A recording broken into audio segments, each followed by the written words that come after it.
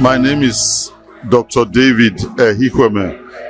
I am the head of the Health Subcommittee of St. Leo's Catholic Church.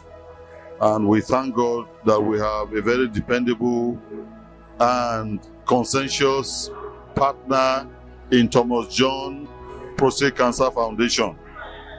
Every time we call upon them, for as many years as I can remember, they have always responded. And we thank God that this year they upped the ante by including a health talk and an awareness session for our men. And I thank God because I know that our men are better informed now.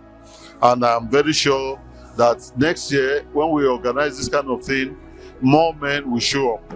So once again, on behalf of the parish priest and on behalf of every member of the health committee, I thank the leaders and the promoters of Thomas John Foundation for the sacrificial work that they do for men and for men's prostate health.